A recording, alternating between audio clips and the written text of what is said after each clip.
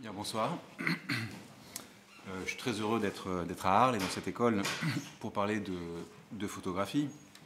Et je tiens à remercier Fabien Vallos de m'avoir invité et d'avoir mené ce projet éditorial à son terme sur une question qui m'intéresse depuis assez longtemps, qui est une question qu'on peut formuler de façon extrêmement générale, c'est-à-dire quel est le rapport entre le langage et des objets non langagiers, et en particulier ces objets non langagiers que sont les images, et plus particulièrement les images photographiques. Alors je vais expliquer un petit peu plus tard pourquoi le rapport du langage à l'image photographique me semble un petit peu plus spécifique qu'avec d'autres types d'images et a fortiori avec d'autres types d'objets.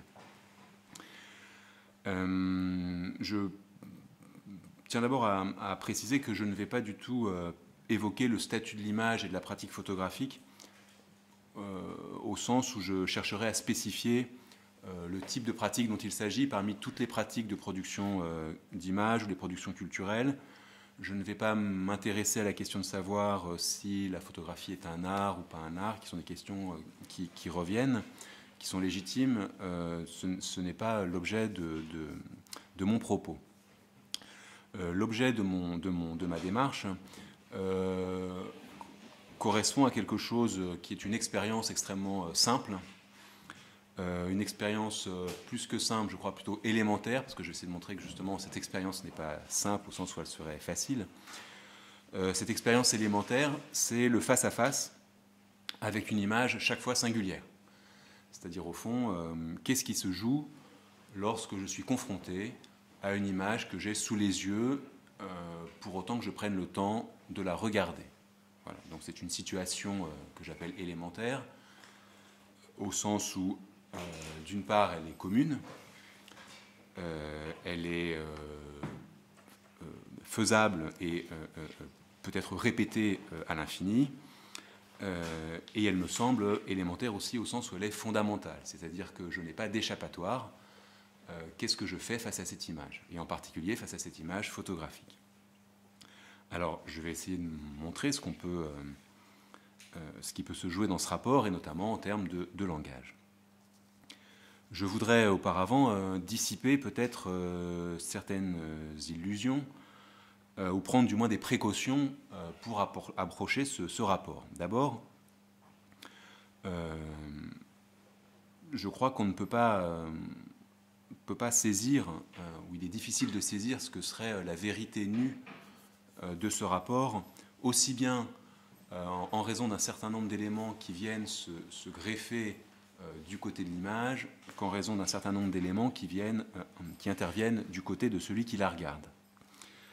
Du côté de celui qui la regarde, je crois d'abord qu'il n'y a pas de spectateur vierge, c'est-à-dire que ce n'est jamais la première image qu'on est en train de regarder. On a toujours déjà vu des images. Au fond, quelle est la première image que j'ai vue? Je serais bien en peine de le dire. Notre rapport à l'image, un peu comme ce que disait Malraux, hein, chaque fois qu'on regarde une œuvre, on porte avec nous notre musée imaginaire. Mais je crois que c'est vrai aussi quand on regarde une image, en particulier une image photographique. Les images photographiques sont partout, et de toutes sortes, et donc notre regard est en quelque sorte déjà façonné. Du côté du spectateur toujours, est toujours présent aussi, je crois, une certaine manière d'appréhender ou d'approcher l'image, c'est-à-dire un ordre de lecture qui s'impose malgré nous et qui vient, je crois, déjà de la lecture des textes écrits, c'est-à-dire de gauche à droite, hein, et qui vient également aussi, notre rapport n'est pas spontané à l'image, je crois, vient aussi de la façon dont les images sont considérées dans les sociétés dans lesquelles nous vivons. Et quand je parle de considération, j'entends presque le sens moral de la considération, c'est-à-dire quel statut on donne à l'image. Est-ce qu'on lui accorde un vrai statut qui vaut la peine d'être pris en compte? Est-ce que c'est un sous-produit? Est-ce que c'est un produit dégradé? Il y a là, je crois, vraiment des enjeux d'histoire culturelle très profonds qui interviennent au moment où nous nous mettons face à une image. Autrement dit, je crois que du côté du spectateur, il n'y a pas de rapport spontané. Du côté de l'image, eh bien, je crois que là aussi, on ne saurait négliger ou méconnaître que parler de photographie est employé un vocable un peu général. Il y a des sortes de photographies différentes. On pourrait envisager des typologies, des classifications diverses et variées. Et en tout cas, on regarde toujours une image particulière. Alors, la question ces précautions étant prises, qu'est-ce qui se joue dans ce face-à-face? C'est-à-dire, comment le langage peut se rapporter à un système de signes qui est non langagier? Comment éventuellement même faire venir au langage ce qui n'est pas de l'ordre d'abord du langage verbal? Alors cette question, je crois que c'est une question extrêmement classique, j'en ai assez conscience. Je crois aussi que la photographie permet de la poser d'une façon un tout petit peu plus particulière. Bon, c'est une question classique que posent notamment toutes les productions artistiques dès lors qu'elles ne sont pas langagières. C'est-à-dire, on pourrait très bien supposer qu'une musique n'est faite que pour être écoutée, qu'elle se livre entièrement à l'ouïe, hein, ou à la capacité esthétique via l'audition. On pourrait aussi supposer qu'une peinture n'est faite que pour être regardée dans une sorte de contemplation ou d'observation silencieuse dans laquelle la peinture ou la musique livrerait tout son contenu esthétique et point. J'ai envie de dire, pourquoi doubler cet objet esthétique d'un discours, après tout? Pourquoi ne pas laisser ces objets au statut de pensée sensible, éventuellement même de pensée sans concept? Pourquoi, après tout, prendre en charge ces objets dans un discours? Alors, il me semble qu'une des raisons pour lesquelles le discours fait retour face à ces objets, c'est tout simplement parce que nous supposons dans ces objets une production de sens. C'est-à-dire, ces objets ne sont pas le fruit du hasard. On y décèle ou on y suppose à l'origine une intention, et l'intention de signifier quelque chose. Et notre manière, je crois, la plus spontanée ou la plus naturelle, eh bien, c'est de déterminer ou de trouver ou de réfléchir à ce sens par le langage. Voilà. Du coup, le langage fait retour de façon, je dirais, presque inévitable. Et il fait retour, non pas forcément pour se substituer à ces objets, comme si au fond le langage pouvait trouver la vérité de l'objet esthétique au point que cela rendrait l'objet inutile. Non, je ne crois pas que... enfin, ça peut se faire, qu'un discours ait la prétention d'épuiser l'objet qu'il a face à lui, mais je ne crois pas que ce soit une manière très pertinente de s'affronter à un objet non langagier. Je crois plutôt qu'on peut imaginer un usage du langage qui consiste à nous aider à mieux cerner le sens de la production que nous avons face à nous, que nous écoutons, et surtout à mieux la percevoir, c'est-à-dire à nous ramener vers une perception esthétique.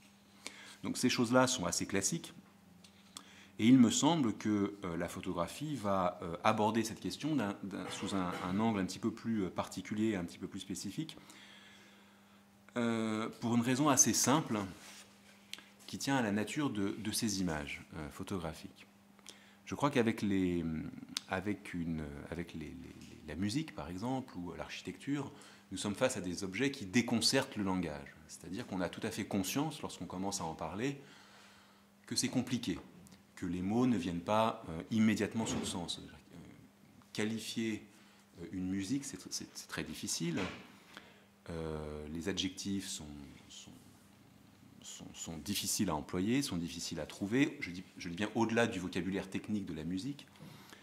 Décrire l'effet d'une musique en nous est complexe. Dans les arts visuels, et en particulier dans la photographie, on pourrait imaginer, on pourrait supposer que c'est beaucoup plus facile. Et avec la photographie, la facilité semble extrême pour une raison très simple, c'est qu'il y a dans les images photographiques en général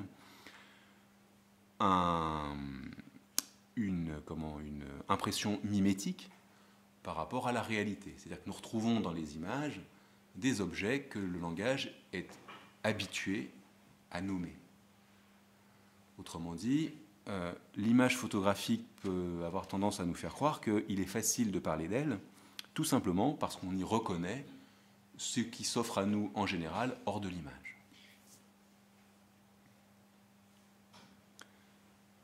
Ce discours ordinaire que nous tenons face aux images, c'est celui de la reconnaissance.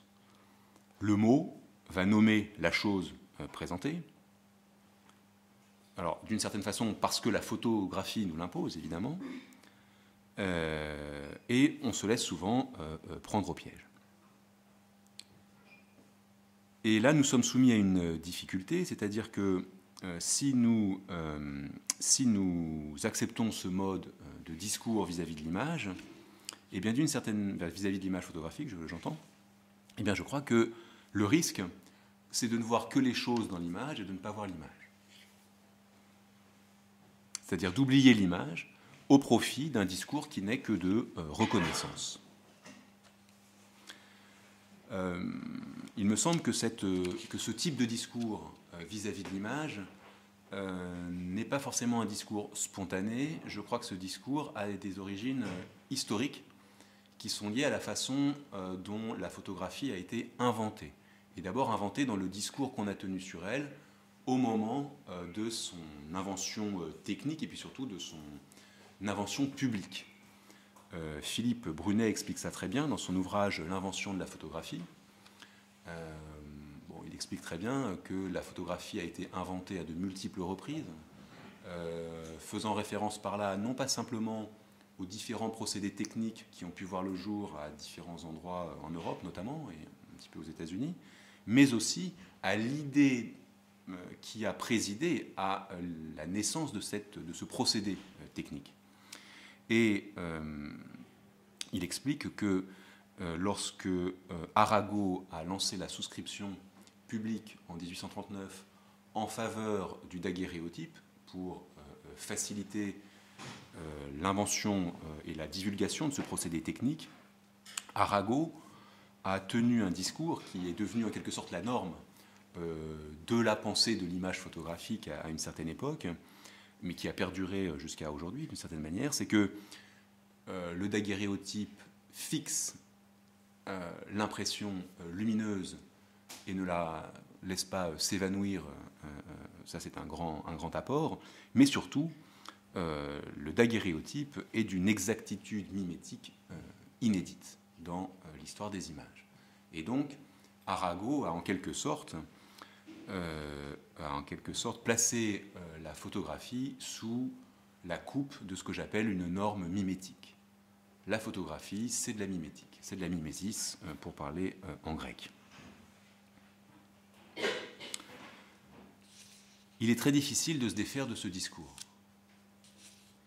Et la question que je voudrais soulever, ou que j'ai tenté de soulever dans mon bref ouvrage, est de savoir si un autre régime de discours est possible que celui-ci, et si oui, comment le penser, et deuxième point, comment le pratiquer.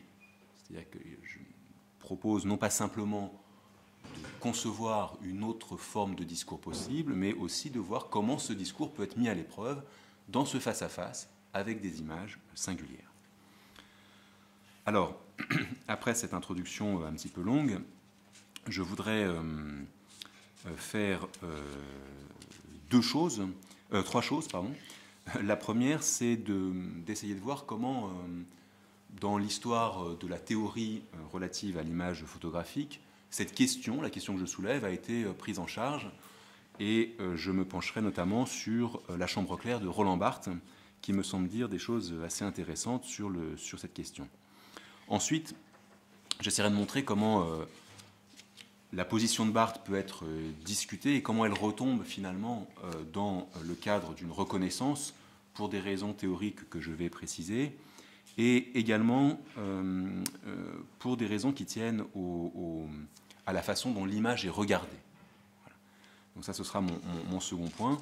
Et puis en dernier point, j'essaierai de proposer une sortie méthodologique et pratique pour proposer un type de discours qui me semble voir l'image dans l'image et pas simplement voir ce que l'image montre. Alors, je commence donc avec Barthes et notamment La Chambre claire ainsi que certains articles qui ont précédé La Chambre claire où Barthes s'est intéressé aux images photographiques. Et Barthes, ce que j'ai apprécié dans la démarche de Roland Barthes, c'est notamment qu'il est très soucieux de la position élémentaire dont je parlais tout à l'heure, c'est-à-dire de ce face-à-face avec une image chaque fois singulière. C'est-à-dire ce n'est jamais la même image que je vois, et par conséquent, Barthes, là, je crois, se comporte en lecteur. Barthes est un lecteur avant tout, et évidemment, on ne lit jamais deux fois la même pièce, on ne lit jamais deux fois le même roman, au sens où on est chaque fois en présence d'une singularité. Eh bien, cette reconnaissance de la singularité, Barthes l'adopte aussi face à la photographie. Et ça, c'est le premier point. Le second point, c'est que Barthes fait l'expérience d'une difficulté à parler des images photographiques. Et il en fait l'expérience précisément en raison de la norme mimétique dont je parlais, c'est-à-dire tout simplement parce que les images nous montrent des objets dont l'original existe dans le monde empirique. Et Barthes exprime cette difficulté. Voici ce qu'il dit, par exemple, dans La Chambre claire, je cite, « C'est à proportion de sa certitude que je ne puis rien dire de cette photo. » Au fond, l'image vient couper le langage, c'est-à-dire vient désemparer le langage. En fait, l'image photographique, semble dire Barthes, est trop exacte, trop mimétique, trop fidèle pour que j'ai quoi que ce soit à ajouter. Tout est là. Au fond, le discours n'a plus tellement lieu d'être, j'ai l'image. Et Barthes, en faisant cela, s'inscrit vraiment dans une grande tradition philosophique qui commence avec Platon, puisque Platon explique très bien que celui qui promènerait un miroir reflétant les choses aurait là un double des choses. Encore une fois, soit on redit le nom de la chose, soit on n'a rien à dire, d'une certaine manière, puisque, encore une fois, l'illusion mimétique est si forte que le langage n'a plus grand-chose à dire. Autre citation qui va dans le même sens, qui est tirée d'un article de Barthes, et non pas de La Chambre claire, mais enfin l'idée est la même. Je cite, « Devant une photographie, le sentiment de plénitude analogique est si fort que la description d'une photographie est à la lettre impossible. » Donc, Barthes est vraiment confronté à un objet qui le désempare, lui qui pourtant écrit, est dans une position pourtant d'écrivain lorsqu'il s'agit de littérature en particulier. Donc là, il serait face à un objet qui désempare le discours et qui en fait nous reconduit au silence. Et Barthes va proposer de sortir de cette position de mutisme avec un certain type de discours. Et son discours, avant de le proposer, il va le situer. Et il va le situer par rapport à ce qui lui semble être un certain nombre de discours courants, enfin du moins repérables, sur la photographie. Et Barthes dit la chose suivante, voilà, les discours répandus sur la photographie en parlent soit de trop près, soit de trop loin.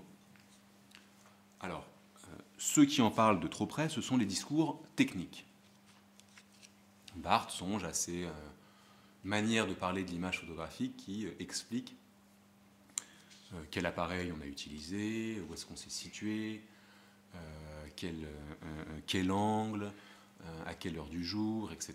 Donc la description du protocole technique qui a permis d'aboutir à la production d'une image. Et là, Barthes dit, là on est beaucoup trop près, d'une certaine manière, on perce l'image et on ne la voit plus trop.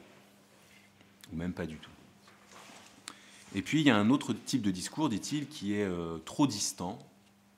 C'est le discours savant, dit-il, qui prend appui sur les images pour illustrer le type de discours en question. Par exemple, la sociologie ou l'histoire, qui viennent chercher dans les images des illustrations, des documents, mais des documents ou des illustrations du discours qu'elles sont en train de tenir.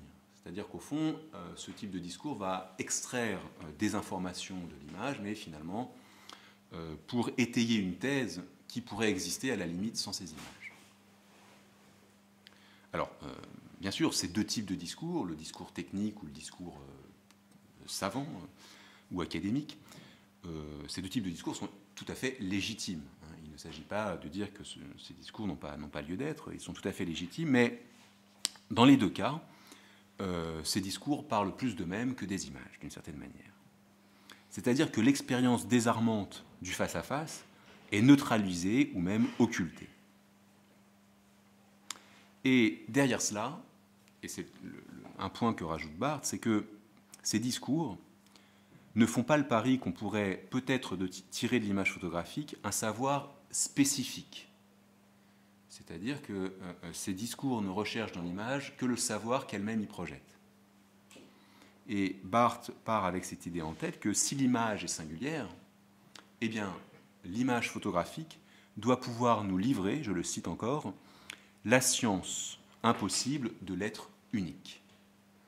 Donc, ce qui m'a séduit chez Barthes, c'est effectivement ce souci de l'expérience élémentaire que j'ai placé au point de départ de ma démarche, avec cette idée que peut-être, dans cette expérience du face-à-face, je vais pouvoir tirer un savoir irréductible à ce que peut me dire la science ou la technique. Quelle position adopte donc Barthes pour ni trop loin ni trop près? Ce qui est certain, en tout cas, je ne sais pas si Barthes est trop loin ou trop près, en tout cas ce qui est certain, c'est que Barthes se met face à l'image. Par exemple, si vous feuilletez La Chambre claire, vous verrez que Barthes prend des exemples de photographies d'un photoreporter qui s'appelle Keun Wessing. Ce sont des photographies qui ont été prises au Nicaragua. Donc, ce photoreporter a couvert un certain nombre de conflits dans les pays d'Amérique centrale et d'Amérique du Sud. Et donc, à un moment, Barthes montre dans son ouvrage cette photographie qui représente des soldats en patrouille dans une rue, et puis en premier plan, et puis au second plan, un peu dans le fond, il y a deux bonnes sœurs qui passent. Et voici ce que dit Barthes. Donc, ce qui m'intéressait, c'est la nature de son discours. Voici ce qu'il dit. C'est très bref. Je cite: « Rue en ruine, deux soldats casqués patrouillent. Au second plan passent deux bonnes sœurs. Il y a là la coprésence de deux éléments disparates, hétérogènes, en ce qu'ils n'appartenaient pas au même monde, les soldats et les bonnes sœurs. » Fin de la citation, que j'ai coupée de façon extrêmement minimale. Donc il n'y a pas grand-chose en plus, si vous voulez. Alors, ce qui m'a, moi, surpris, c'est le contraste entre la position de Barthes face à l'image et la teneur de son discours. Autrement dit, il me semble que Barthes a été extrêmement soucieux d'adopter une position optimale pour tenir un discours sur l'image qui aille au-delà du discours de la simple identification. Et pourtant, ce qu'il fait, si vous, dans le court commentaire que fait Barthes, que je viens de citer, eh bien pourtant, il se limite à un discours de reconnaissance. C'est-à-dire qu'il identifie des objets, et le seul commentaire, je dirais, qui dépasse la simple identification, c'est le constat de l'hétérogénéité, eh bien, de ce qui évoque directement la guerre, les soldats, et de ce qui pourrait évoquer peut-être davantage la paix, à savoir les deux bonnes sœurs. Point. C'est-à-dire que la façon dont l'image est construite n'est absolument pas présente. Et ça m'a beaucoup surpris. Alors, il y a une raison, je crois qu'il y a une raison à cette... bon, je suis un peu gêné de parler d'impasse, mais parce que j'ai beaucoup de, d'intérêt et d'admiration pour Barthes, mais il me semble que là, s'il n'en dit pas plus, c'est pour une raison de cadre conceptuel avec lequel il aborde l'image photographique. Toute la chambre claire est fondée sur l'idée que la photographie nous livre la trace de ce que Barthes appelle, c'était une notion assez de sémiologie importante à son époque, le référent. Voilà. L'image photographique n'est au fond que la trace d'un référent, d'un objet extérieur, situation, etc. Et le référent crève l'image au point qu'on ne voit que lui. Voici en substance ce que dit Barthes. Au fond, Barthes est encore prisonnier d'Arago, d'une certaine manière. C'est-à-dire qu'il est encore sous l'emprise de cette idée que l'image photographique, c'est la mimésis dans sa version la plus plate ou la plus directe ou la plus immédiate, c'est-à-dire la reproduction. Je pense que la mimésis, notamment antique, n'est pas du tout de l'ordre de la simple reproduction des choses. C'est plus compliqué que ça, ou de la copie. Mais en tout cas, Barthes la mobilise comme ça, dans cette idée de référent. Autrement dit, et pour résumer, Barthes est sensible à la singularité de chaque image. Barthes se positionne face à l'image pour en produire un discours, pour produire sur elle un discours qui soit le plus soucieux de respecter cette singularité et de la faire advenir dans le langage. Et pourtant, il me semble qu'il la chope parce qu'il parle davantage des objets de l'image plutôt que de l'image elle-même.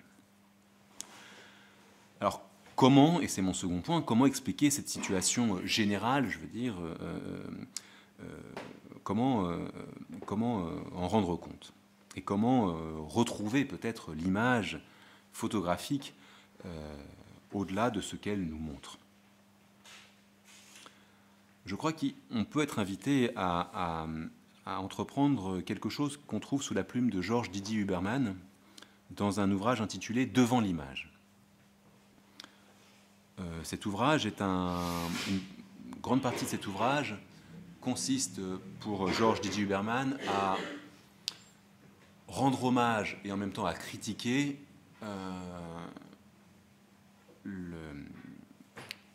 cette espèce de grande machine, je dis ça en un sens tout à fait positif, cette grande machine à lire les images qu'a été ou qu'est encore l'iconologie de Panofsky, d'Erwin Panofsky. C'est-à-dire que Panofsky a fait école en proposant de lire de la peinture, principalement, classique, a proposé de lire la peinture en insérant l'image dans un contexte historique, en déchiffrant tout ce que la peinture montre, ses symboles, en replaçant l'image dans son contexte culturel, etc., pour la déchiffrer. Et Georges Didier Huberman reconnaît l'intérêt de cette approche, mais en saisit aussi les limites. Et voici ce qu'il dit dans une phrase qui me semble assez synthétique et qui m'a servi de point d'appui, si vous voulez, pour avancer. Voici ce qu'il dit. Je cite, « L'histoire de l'art échouera à comprendre l'efficacité visuelle des images tant qu'elle restera livrée à la tyrannie du visible. » Voilà. L'histoire de l'art échouera à comprendre l'efficacité visuelle des images tant qu'elle restera livrée à la tyrannie du visible. Alors, ce qui me semble intéressant dans cette image, dans cette formule un peu ramassée, c'est bien sûr le décalage entre l'efficacité visuelle et le visible. Voilà, visuel, visible. Georges Didier Huberman va jouer de cette différence, dont je vais dire quelques mots, pour proposer un autre type d'approche devant l'image. Avant d'y venir, voilà, le titre « Devant l'image » fait encore une fois référence à cette position élémentaire que je rappelais au début, c'est-à-dire qu'est-ce que j'en dis une fois que je suis devant? Qu'est-ce que ça suscite? Ou qu'est-ce que cela peut susciter comme discours dès l'instant que la position esthétique ne semble pas suffisante ou satisfaisante? Alors, qu'est-ce que d'abord Didier Huberman appelle la tyrannie du visible? Eh bien, cette tyrannie du visible consiste à simplement identifier dans l'image ce que Barthes appelle le référent. C'est-à-dire, au fond, la tyrannie du visible, c'est ce qui appelle le discours de la reconnaissance.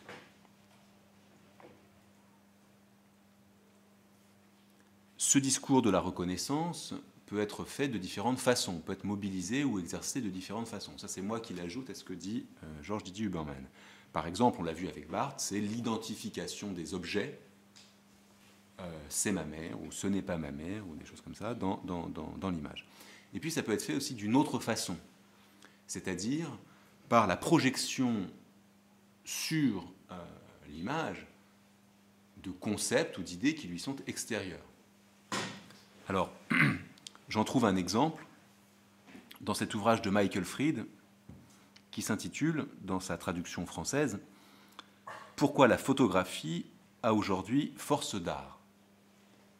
Alors, c'est un très gros ouvrage consacré à Jeff Wall, photographe canadien Jeff Wall, dans lequel Michael Fried propose de comprendre un certain nombre de photographies de Jeff Wall à partir de la philosophie de Heidegger, de Martin Heidegger. Par exemple, dans cette photographie assez connue qui nous montre un homme assis en train de démêler des cordes qui forment un nœud absolument immense et presque inextricable, eh bien, Jeff Wall perçoit des concepts heideggeriens comme l'être au monde, l'arraisonnement, la techné, etc. Bon. Ce discours, encore une fois, est tout à fait légitime, mais il est à peu près certain que Jeff Wall ne fait que, Michael Fried, ne fait que projeter sur la surface de l'image des choses qui lui sont extérieures.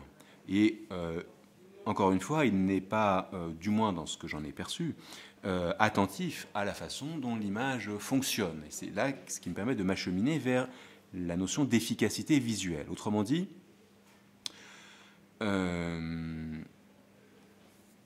chez Barthes, le souci du particulier, le savoir du particulier, les choses elles-mêmes.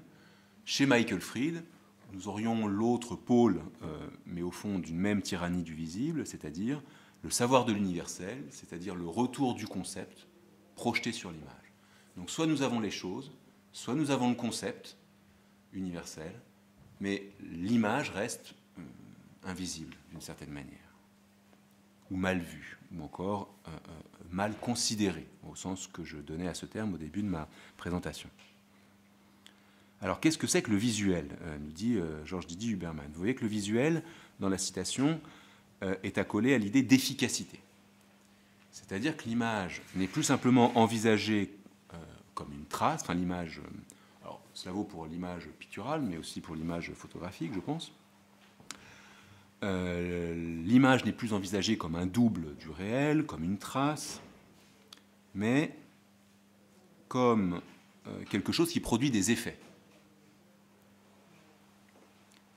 Ces effets, quels sont-ils? Alors bien sûr, ce sont les effets esthétiques, mais ce sont aussi les effets de discours, d'une certaine manière. C'est-à-dire, au fond, qu'est-ce que cette image va m'inciter à dire?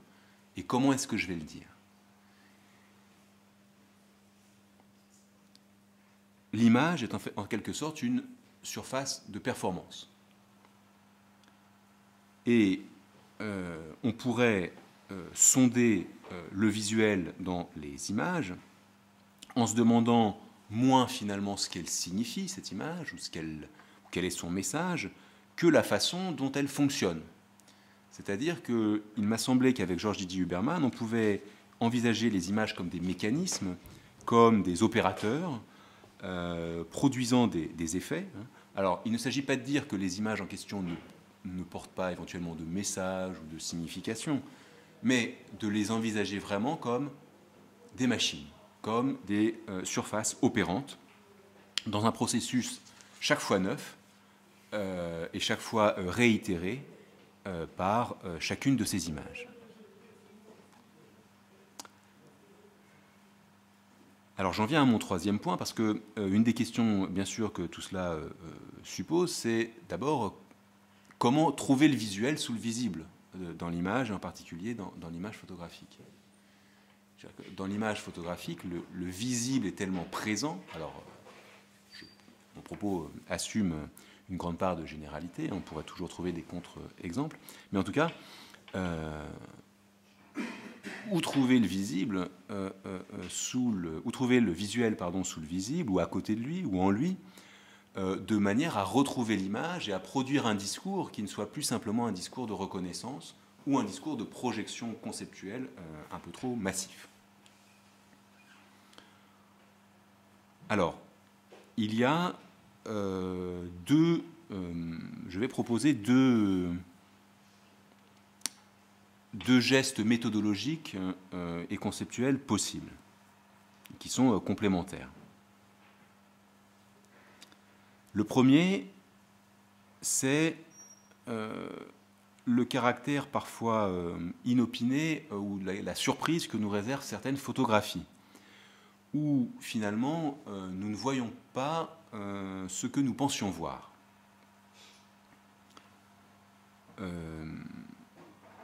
Je prends un exemple. John Sarkowski, qui a été directeur du MoMA, a produit un livre qui... Non, je t'en prie. Très bien, merci. Donc dans un ouvrage dont le titre exact est Regarder les photographies, je crois, ou Regarder la photographie, excusez-moi, le titre est imprécis. En fait, John Sarkowski prend l'exemple de 100 photographies qu'il tire du fond photographique du MoMA et produit en dessous un commentaire sur ces images. Et très souvent, si vous regardez cet ouvrage, eh bien, vous verrez que les commentaires portent en général sur le photographe. C'est-à-dire que nous avons des éléments biographiques qui expliquent les circonstances dans lesquelles l'image a été produite, etc. Et il produit assez peu de choses sur le contenu de l'image lui-même. Et pourtant, il y a un cas, ou quelques cas, mais un notamment, où Sarkowski parle vraiment du contenu de l'image et de la façon dont elle est construite. C'est une image d'Édouard Bouba. Alors c'est une image assez belle. Enfin, il y a un arbre, une poule au premier plan, et puis derrière, au second plan ou à l'arrière-plan, il y a un fond un peu grisâtre. Et à première vue, dit John Sarkowski, eh bien, on pourrait tout à fait penser que ce fond grisâtre évoque un paysage lointain. Au fond, on aurait un arbre qui se détacherait au premier plan dans un lointain un peu montagneux et brumeux. Et John Sarkowski se rend compte qu'après coup, en y revenant, qu'il s'est trompé. Au fond, cet arrière-plan n'est pas du tout un paysage lointain, c'est simplement la peinture d'un mur qui est juste derrière l'arbre. Autrement dit, ce qui m'a intéressé là, si vous voulez, c'est que quelque chose a fait obstacle à sa lecture. C'est-à-dire que son identification, son geste de lecture identificatoire, donc en gros c'est comme chez Barthes d'une certaine manière, avec cette différence près que ce geste a été perturbé. Quelque chose a bougé. Au fond, il a mal reconnu. Eh bien, il me semble que dans cette difficulté ou dans cet obstacle à l'identification s'ouvre une brèche qui ouvre au questionnement sur, mais au fond, comment cette image est-elle faite? D'abord, tout simplement, est-ce que cette confusion est intentionnelle? Est-ce qu'elle a été voulue par le photographe?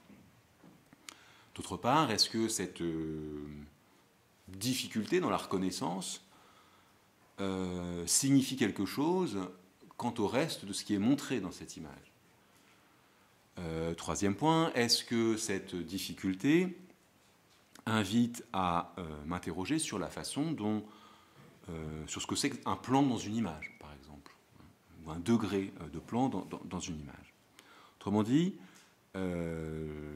John Sarkowski n'évoque pas tout cela, mais en tout cas, il me semble qu'à l'occasion de cette difficulté, il y aurait il y aurait matière à voir comment l'image fonctionne et comment elle produit un discours qui, justement, devient un discours problématique et non plus un discours simplement de reconnaissance ou identificatoire. Alors, vous me direz que toutes les images ne proposent pas ce type de doute et de difficulté. Et alors, on serait bien gêné pour dépasser le stade de la reconnaissance et le stade du visible. Alors, j'ai envie de dire que, comme Descartes, d'une certaine manière, dans la méditation métaphysique, il faut opter pour un doute hyperbolique, c'est-à-dire toujours douter, pour accéder à du... Alors, Descartes va dire à du vrai, bon, je vais transformer un petit peu, m'approprier un petit peu son doute, trouver du sens dans la façon dont l'image fonctionne, dont elle est articulée. Ne pas s'arrêter à son évidence. Et donc, se dire que, d'accord, on reconnaît, et quoi ? Comment cette reconnaissance a-t-elle été possible ? En même temps, cet objet que je vois n'est pas l'objet. Comment m'est-il montré ? Comment est-il soutenu dans l'image ? Comment est-il contrarié dans l'image ? Comment est-il porté à mon attention, etc. Avec quoi résonne-t-il ? Avec quoi est-il mis en écho ? C'est-à-dire que ce doute hyperbolique consiste à saisir tous les éléments qui, dans l'image, configurent ce qu'on pourrait appeler une pensée toute visuelle. C'est-à-dire accrocher, qui nous permettent d'accrocher au fond ce qui, dans l'image, pense et qui pourtant n'est pas langagé. Ce qui, dans l'image, pense et configure une pensée sensible à laquelle nous sommes invités à prêter attention.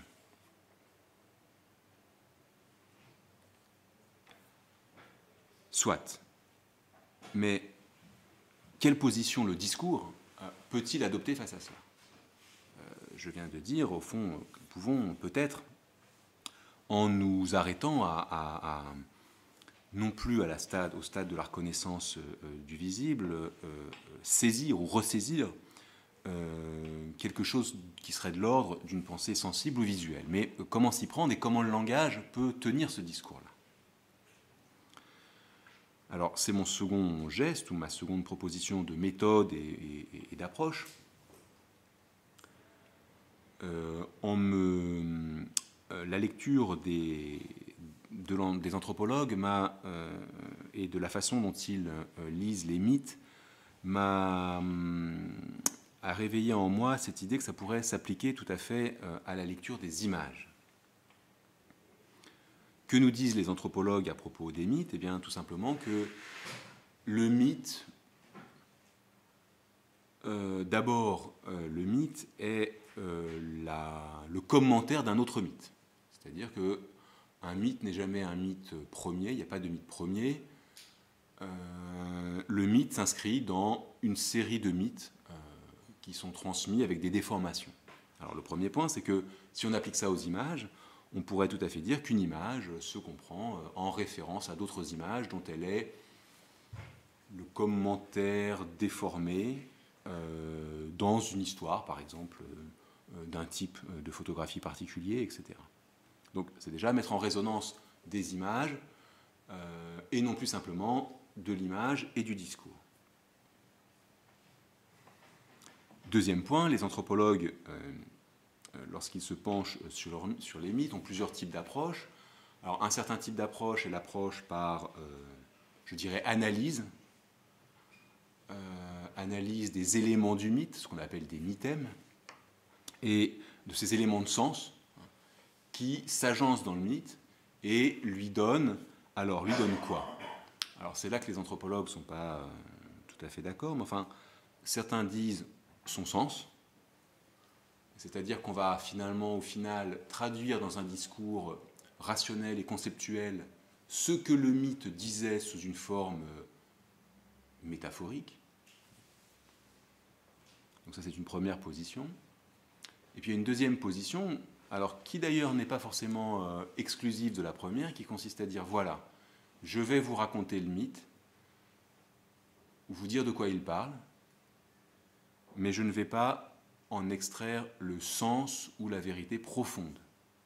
Je vais simplement le traduire pour vous. Effectivement, des mythes issus de sociétés qui nous sont méconnues ou mal connues nécessitent effectivement quelques éléments de traduction. Donc voilà, c'est cette notion de traduction qui m'a beaucoup intéressé dans l'analyse des mythes et qu'il me semble possible de transposer dans le rapport du discours à la photographie. Voici ce que dit Marcel Hénaff, qui est un philosophe anthropologue, à propos de Claude Lévi-Strauss, dans la façon dont Claude Lévi-Strauss parle des mythes. Voici ce qu'il dit. Donc pour Lévi-Strauss, comprendre un mythe, ce n'est pas trouver, je cite, ce que ces dispositifs symboliques signifient, mais comment ils fonctionnent, quel ordre ils engendrent, quelle transformation ils réalisent, quel monde ils construisent. Cette citation me semble mettre le doigt sur quelque chose de très important, c'est-à-dire que, quel que soit le sens, le mythe est la traduction d'un dispositif symbolique qui fonctionne dans une société. Donc vous avez le social d'un côté, vous avez le mythe qui, en parole, traduit ce dispositif symbolique, mais qui ne fait que le traduire. C'est-à-dire qui en propose une autre version dans un autre système de signes. Et ce processus de traduction, donc, qui vous montre bien que finalement, il ne s'agit pas de décoder, il ne s'agit pas de décrypter un sens qui serait caché. Le mythe n'est au fond qu'une variation sur quelque chose qui fonctionne par ailleurs dans la société. La société fonctionne avec ses relations de parenté, avec son économie, avec le pouvoir des chefs et la distribution du pouvoir, avec ses clans, etc. Oui, tout ça fonctionne, très bien, mais on en produit une traduction dans l'ordre du mythe, alors pour différentes raisons. Tout d'abord, pour que la collectivité se l'approprie et continue de fonctionner d'une certaine manière. Mais en tout cas, il n'y a pas un rapport de vérité. C'est-à-dire qu'il n'y a pas un rapport de la société d'un côté, le mythe de l'autre. La transition entre les deux n'est pas de l'ordre de l'extraction d'un sens, de l'extraction d'une vérité qu'on viendrait décoder. Nous sommes dans deux ordres symboliques distincts qui coexistent sur le mode, encore une fois, de la traduction. Et la position du discours de traduction, c'est bien à la fois une attention portée à ce que l'on va traduire, donc une position de proximité, mais une position de à côté d'eux. Et au fond, lorsque nous sommes face à une image, nous sommes peut-être aussi à côté d'elle. C'est-à-dire qu'à côté, au sens où nous disposons du langage, l'image dispose de sa pensée visuelle, et peut-être que ce qu'on peut en produire, c'est justement une traduction. Le but de cette traduction, l'objet de cette traduction, n'est pas encore une fois forcément de sortir le message que l'image voudrait délivrer, pour autant qu'elle en porte un d'ailleurs, mais d'activer l'image, de montrer comment l'image est construite, de montrer comment cette image fonctionne, de montrer comment cette image est une vraie performance visuelle. Alors, dans l'essai que je propose, dans Parler la photographie, c'est de ça dont il est question, c'est-à-dire parler une autre langue, d'une certaine manière. C'est-à-dire adopter une posture où le langage vient traduire en mots ce qui relève d'autre chose que des mots. Voilà. Je propose, vous le verrez, 13 images accompagnées de leur variation sous forme de traduction langagière. Donc des textes.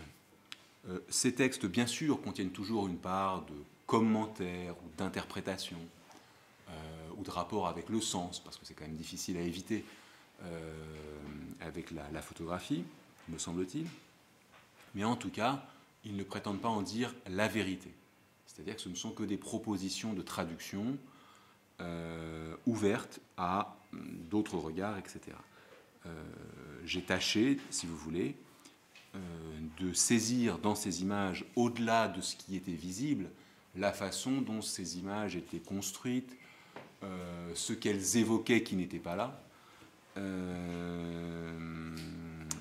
pour réaliser dans l'ordre du discours, si vous voulez, une traduction de ce qui était d'abord visuel. Alors pour finir, à titre de conclusion, si vous voulez, je voudrais m'intéresser évidemment aux enjeux de cette démarche, c'est-à-dire au fond pourquoi faire ça, tout simplement, qu'est-ce que ça apporte.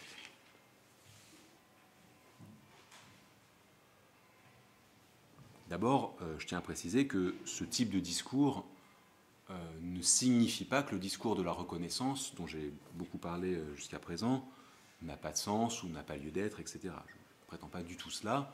Je pense qu'on peut tenir évidemment des discours parallèles et concurrents sur une même image, évidemment. Et je pense même que d'ailleurs, il faut d'abord en passer par la reconnaissance avant de peut-être pouvoir dire peut-être autre chose. Alors, je pense que ça peut apporter au moins deux choses, cette démarche, enfin je l'espère, je me dirai ce que vous en pensez, mais d'abord, je pense que cela permet d'apporter ou de développer ce qu'on pourrait appeler la faculté de jugement visuel. C'est-à-dire, c'est un exercice du jugement.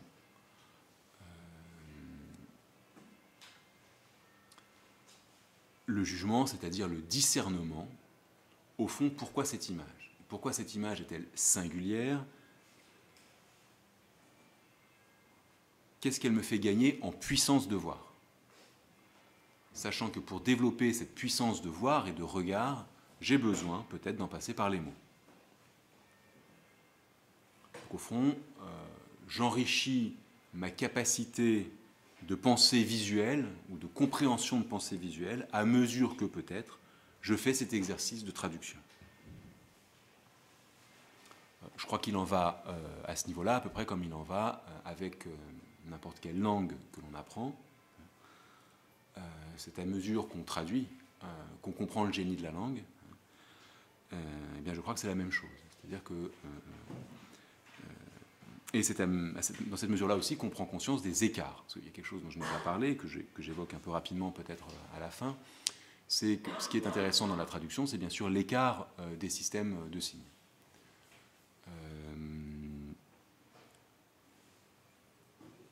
L'intérêt de la traduction, c'est de penser entre les langues, pour reprendre le titre d'un ouvrage du philologue Heinz Wiesmann, qui parle une foultitude de langues, qui est un grand traducteur des Grecs, notamment, des tragiques, des poètes, et qui a écrit un très beau livre sur son rapport à la langue, son rapport aux langues.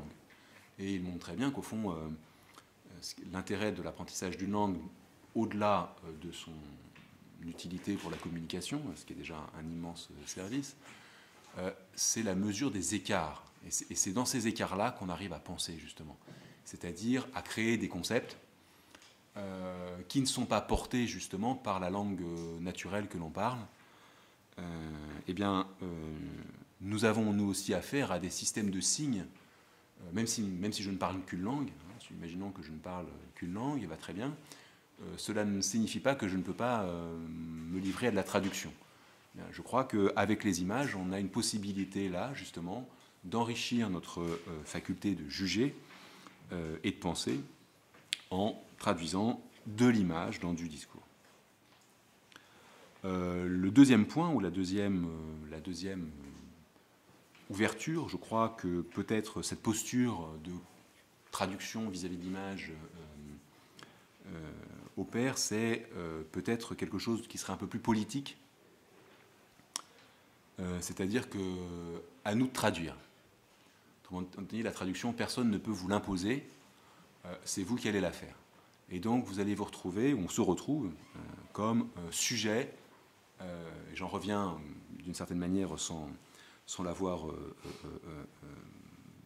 sans l'avoir cherché, à mon point de départ. C'est-à-dire qu'on se retrouve dans cette situation de face à face comme sujet pensant face à quelque chose qui convoque notre langage. Et ça, je pense que c'est une position politique extrêmement forte, c'est-à-dire que vous êtes l'auteur de votre discours. Vous pouvez, a priori, ne rien savoir du photographe, ne rien savoir de la façon dont l'image a été conçue, façonnée, même si est développée. Vous êtes là, en position de sujet parlant, face à une image qui convoque votre discours. Je pense que c'est une grande position de liberté. Voilà. Je vous remercie.